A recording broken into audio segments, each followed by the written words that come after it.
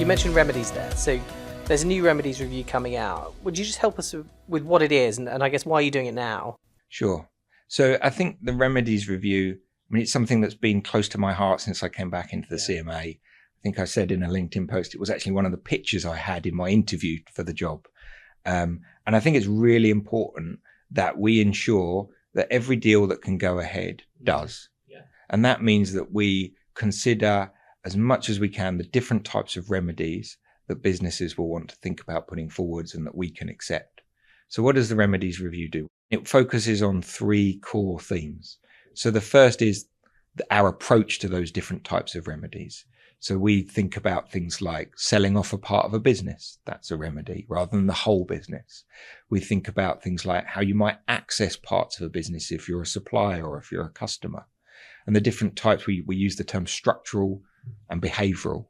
Now they're kind of terms around, you can imagine carving out in a structure or the types of behavior you might have, but thinking holistically about the different types of remedies that you could put forwards and how the CMA will assess those around whether they're effective, whether they're proportionate. So that's one part of it. The second part is I talked about investment and innovation and really thinking about those efficiencies that mergers can bring and how we can lock those in through a remedy, what evidence we need about those efficiencies, the evidence companies can actually provide to us, because it's forward-looking, it's tricky, but thinking about how we can then lock those in through a remedy. But also we have a part of our legislation which thinks about something called relevant customer benefits. Okay. So those aren't necessarily in the market that we're looking at with respect to competition concerns, but they can be more general customer benefits. They could be about sustainability, for example. And then the third bucket is the process.